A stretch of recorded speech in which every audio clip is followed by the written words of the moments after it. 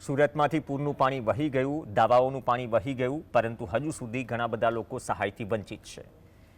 પૂરગ્રસ્ત અનેક રહીશો સરકારની સહાયથી વંચિત આજે પણ છે. ડિંડોલી ગોડાદરા વિસ્તારની અંદર 15થી વધુ સોસાયટીમાં સહાય ન ચૂકવાતા વિરોધ નોંધાવાયો.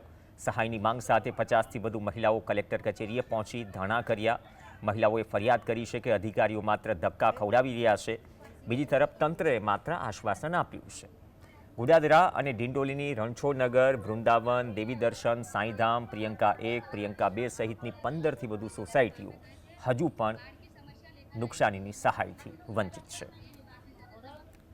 અમે અત્યારે મામલતદાર કચેરીમાં ગયા, ત્યાંથી અમને કલેક્ટર કચેરીમાં કીધું, ત્યાંથી કલેક્ટર સાહેબને અમને આ વિક્રમ ભંડારી છે ને એના ઓફિસે જાવે કે બીજા માળે. ત્યાં અમે ગયા તો એ ભાઈ કે પેલા સર કે પેલા સર મીटिंगમાં છે.